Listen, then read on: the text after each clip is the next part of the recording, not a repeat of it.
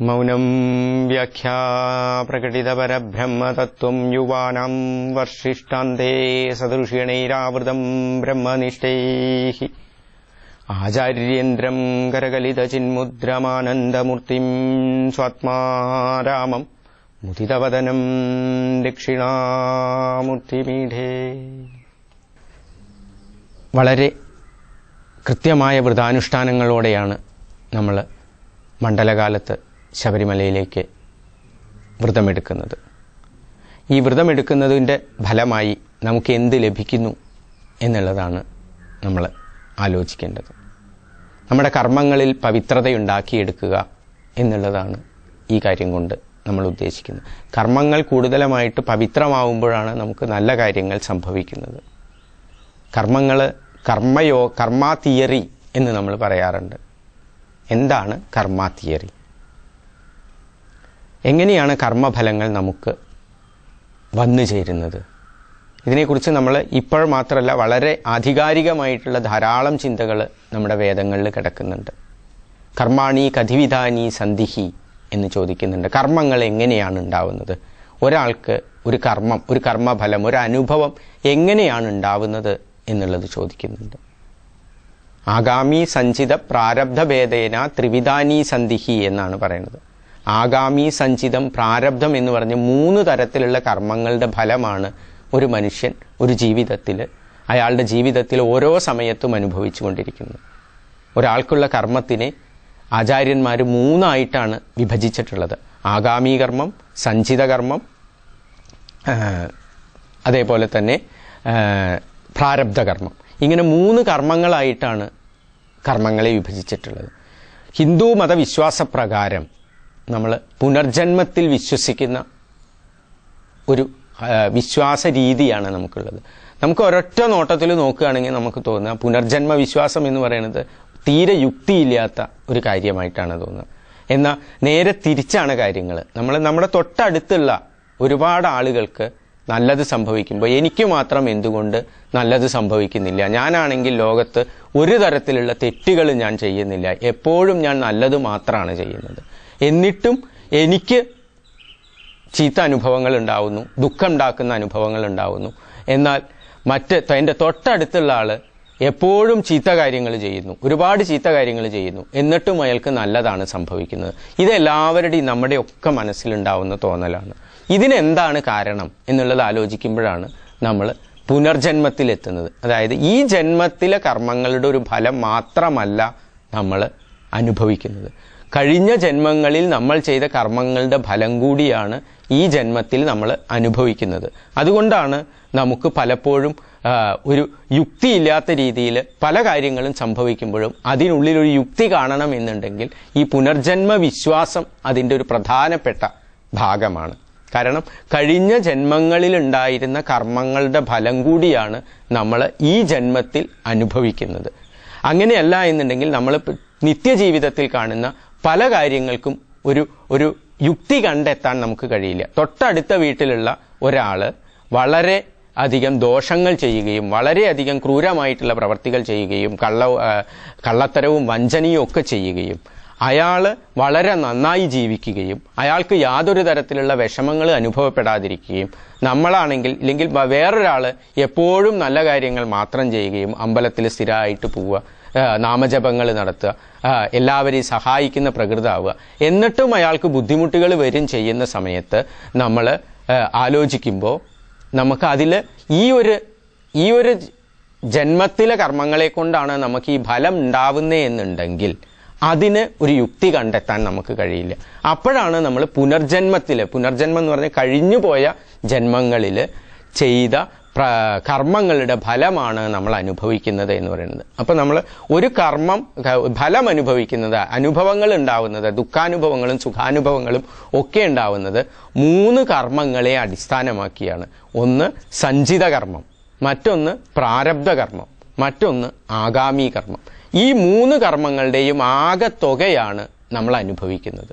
അതിൽ സഞ്ചിത കർമ്മവും അത് കഴിഞ്ഞ് പ്രാരബ്ധ കർമ്മം എന്ന് പറഞ്ഞാൽ നമ്മൾ ഈ ജന്മത്തിൽ ഇല്ലെങ്കിൽ ഈ ഒരു അവസ്ഥയിൽ ആയതിന് ആ സമയത്ത് നമുക്ക് ലഭിക്കുന്ന ഫലത്തിനെയാണ് നമ്മൾ പ്രാരബ്ധം എന്ന് പറയുന്നത്. ഇപ്പോൾ നമ്മൾ സാധാരണ പറയാറുണ്ട്, നമ്മൾ സാധാരണ ഭാഷയിൽ നമ്മൾ പറയാറുണ്ട് എൻ്റെ പ്രാരാബ്ധമാണ് ഇതൊക്കെയെന്ന്. ആ പറയുന്നതിൻ്റെ വളരെ അർത്ഥവത്തായിട്ടാണ്, നമ്മളൊന്നും ആലോചിക്കാതെയാണ് പറയുന്നത് എന്നുണ്ടെങ്കിലും വളരെ അർത്ഥവത്തായിട്ടുള്ളൊരു വാചകമാണ് നമ്മൾ പറയുന്നത്. എൻ്റെ പ്രാരാബ്ധമാണ് ഇതൊക്കെ, ഞാൻ ജനിക്കുന്ന സമയത്ത് എനിക്ക് കിട്ടിയ ഫലങ്ങളെ കൊണ്ടാണ് ഞാൻ ഇതൊക്കെ അനുഭവിക്കുന്നത് എന്നുള്ളതാണ് അവിടെ പറയുന്നത്. അപ്പോൾ കർമ്മഫലങ്ങൾ എന്ന് പറയുന്നത്, ഒരു കർമ്മഫലം ഉണ്ടാവുന്നത് 3 കാര്യങ്ങളെ അടിസ്ഥാനമാക്കിയാണ്. ഒന്ന് ആഗാമി കർമ്മം, മറ്റൊന്ന് സഞ്ചിത കർമ്മം, മറ്റൊന്ന് പ്രാരബ്ധ കർമ്മം. ഇതിൽ സഞ്ചിത കർമ്മം എന്ന് പറഞ്ഞാൽ പൂർവജന്മത്തിലൂടെ നമ്മൾ ആർജിച്ച കർമ്മഫലത്തിനെയാണ് നമ്മൾ സഞ്ചിത കർമ്മം എന്ന് പറയുന്നത്. പ്രാരബ്ധ കർമ്മം എന്ന് പറയുന്നത് ഈ ജന്മത്തിൽ ഇല്ലെങ്കിൽ ഈ ഒരു രൂപത്തിൽ നമ്മൾ ഉരുവെടുത്ത സമയത്ത് ആ സമയത്തിൻ്റെ ബലം കൊണ്ട് കിട്ടിയ കർമ്മഫലത്തിനെയാണ് നമ്മൾ പ്രാരബ്ധം എന്ന് പറയുന്നത്. അതിനുശേഷം ഇപ്പോൾ ഈ ഒരു അവസ്ഥ വരെ നമ്മൾ ഈ ഒരു അവസ്ഥ വരെ എത്തുന്നത് വരെ, ജനിച്ചതിന് ശേഷം ഈ അവസ്ഥ വരെ, ഇന്നത്തെ ദിവസം വരെ എത്തുന്നത് വരെ ചെയ്ത കർമ്മങ്ങളെയാണ് നമ്മൾ ആഗാമി കർമ്മം എന്ന് പറയുന്നത്. ഈ 3 കർമ്മങ്ങളുടെയും ആകെത്തുകയാണ് നമ്മുടെ കർമ്മഫലമായിട്ട് വരുന്നത്. ഇതിൽ നമുക്ക് ആദ്യത്തെ സഞ്ചിത കർമ്മത്തിലായാലും ശരി, പ്രാരബ്ധ കർമ്മത്തിലായാലും ശരി, നമുക്ക് യാതൊരു നിയന്ത്രണങ്ങളുമില്ല. നമുക്കൊരു നിയന്ത്രണവും അതിലെടുക്കാൻ കഴിയില്ല. കാരണം സഞ്ചിത കർമ്മം എന്ന് പറയുന്നത് നമ്മൾ ജനിക്കുന്നതിന് മുമ്പേ ഉണ്ടായിത്തീർന്ന കർമ്മങ്ങളാണ്. പ്രാരബ്ധ കർമ്മം എന്ന് പറയുന്നത് നമ്മൾ ജനിച്ച സമയത്ത് ഉണ്ടായതാണ്. ഇതിന് ശേഷം വരുന്ന ആഗാമി കർമ്മത്തിൽ മാത്രമാണ് നമുക്ക് എന്തെങ്കിലും വ്യത്യാസങ്ങൾ വരുത്താൻ കഴിയുന്നത്. ഈ ആഗാമി കർമ്മത്തിൽ നമ്മൾ വരുത്തുന്ന വ്യത്യാസത്തിന് അനുസരിച്ച് ഒരു പരിധിവരെ നമ്മുടെ അനുഭവങ്ങളെ കൂടുതൽ നന്നാക്കാനും അല്ലെങ്കിൽ കൂടുതൽ സുഖകരമാക്കാൻ നമുക്ക് കഴിയും. അതിനുള്ള ശ്രമങ്ങളാണ് വ്രതാനുഷ്ഠാനങ്ങളിലൂടെ നമ്മൾ നേടിയെടുക്കാൻ ശ്രമിക്കുന്നത്. ഇപ്പോൾ ഉദാഹരണമായിട്ട് നമ്മൾ ഒരു കർമ്മങ്ങളെ നമുക്ക് 3 തരത്തിലായിട്ട് തിരിക്കാം. സത്കർമ്മങ്ങൾ, അസത്കർമ്മങ്ങൾ, സദസത്കർമ്മങ്ങൾ. സത്കർമ്മങ്ങൾ എന്ന് പറഞ്ഞാൽ നല്ല പ്രവർത്തികൾ. സത്കർമ്മങ്ങൾ എന്ന് പറഞ്ഞാൽ ഏറ്റവും നല്ല പ്രവർത്തികൾ, ദാനം കൊടുക്കുക, മറ്റുള്ളവരെ സഹായിക്കുക, ഈശ്വരാരാധന നടത്തുക, മറ്റുള്ള നല്ല കാര്യങ്ങൾ ചെയ്യുക, ഇതൊക്കെ സത്പ്രവർത്തികളാണ്. ഇതിനെയാണ് നമ്മൾ സത്കർമ്മങ്ങൾ എന്ന് പറയുന്നത്. അസത്കർമ്മങ്ങൾ എന്ന് പറഞ്ഞാൽ ഏറ്റവും മോശമായിട്ടുള്ള പ്രവർത്തികൾ, മറ്റുള്ളവരെ വഞ്ചിക്കുക, മറ്റുള്ളവരെ ഉപദ്രവിക്കുക, സ്ത്രീകളെ ഉപദ്രവിക്കുക, നുണ പറയുക, ഇതൊക്കെ അസത്കർമ്മങ്ങളായിട്ടാണ് പറയുന്നത്. പിന്നെയുള്ളത് സദസത്കർമ്മങ്ങളാണ്.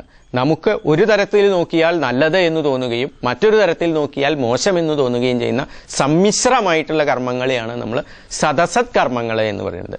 അപ്പോൾ സത്കർമ്മങ്ങളും അസത്കർമ്മങ്ങളും സദസത്കർമ്മങ്ങൾ എന്നിങ്ങനെയുള്ള 3 തരത്തിലാണ് നമ്മൾ കർമ്മങ്ങളെ വിഭജിക്കുന്നത്. ഈ സത്കർമ്മങ്ങളാണ് നമ്മുടെ പുണ്യമായിട്ട് മാറുന്നത്. സത്കർമ്മങ്ങൾ പുണ്യമായിട്ട് മാറുന്നു, അസത്കർമ്മങ്ങൾ പാപമായിട്ട് മാറുന്നു. സത്കർമ്മങ്ങൾ പുണ്യമായിട്ടും അസത്കർമ്മങ്ങൾ പാപമായിട്ടും മാറുകയാണ് ചെയ്യുന്നത്. അതേപോലെ തന്നെ സദസത്കർമ്മങ്ങൾ പുണ്യ പാപ സമ്മിശ്രമായിട്ട് മാറുന്നു. ഈ പുണ്യമായിട്ട് മാറുന്ന സത്കർമ്മങ്ങളാണ് നമുക്ക് സുഖങ്ങളെ തരുന്നത്.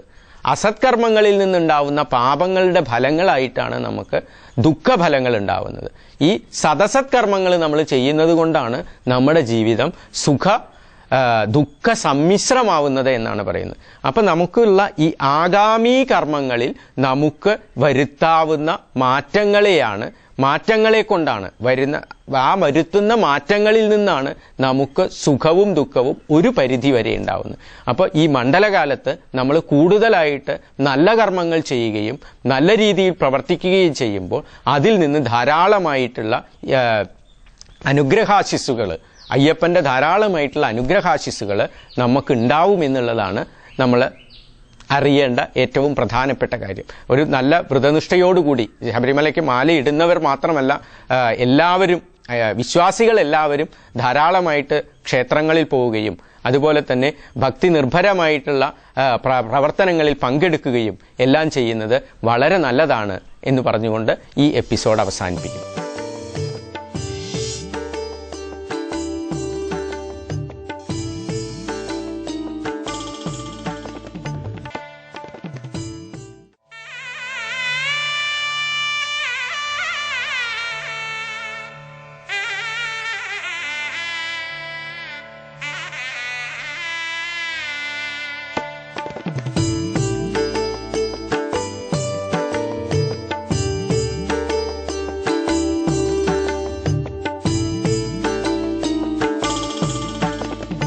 അകമലത്തേവരെ നിൻ മുന്നിലെത്തുമ്പോൾ അറിയാതെ ഒന്നു നമിച്ചു പോകും. അറിയാതെ അടിയങ്ങൾ അടി തെറ്റി വീഴുകിൽ അവിടുന്നു വന്നു തുണച്ചു പോകും. ഞങ്ങൾ അവിടുത്തെ രൂപം നിനച്ചു പോകും. അകമലത്തേവരെ നിൻ മുന്നിലെത്തുമ്പോൾ അറിയാതെ ഒന്നു നമിച്ചു പോകും.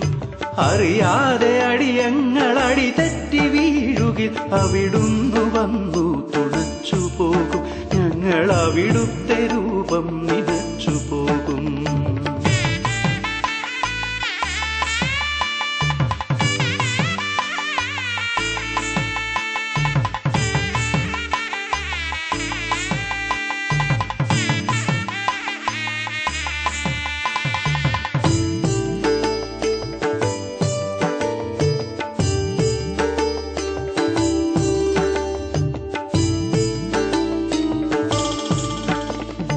അകമലത്തേവരെ നീ മുന്നിലുള്ളപ്പോൾ അറിയാതെ ഞാൻ കണ്ണടച്ചുപോയി.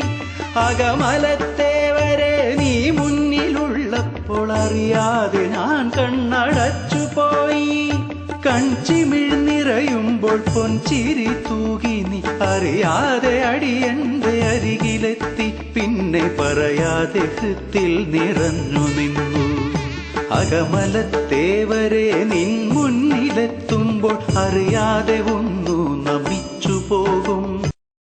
അറിയാതെ അടിയങ്ങൾ അടി തെറ്റി വീഴുകിൽ അവിടുന്നു വന്നു തുണച്ചു പോകും. ഞങ്ങൾ അവിടുത്തെ രൂപം നിനച്ചു പോകും.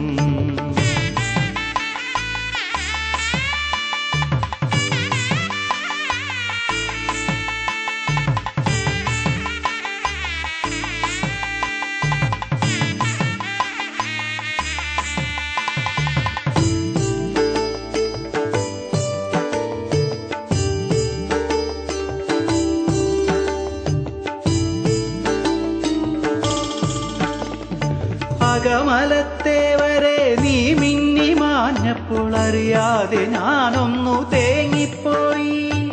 അകമലത്തേവരെ നീ മിന്നി മാഞ്ഞപ്പോൾ അറിയാതെ ഞാനൊന്നു തേങ്ങിപ്പോയി.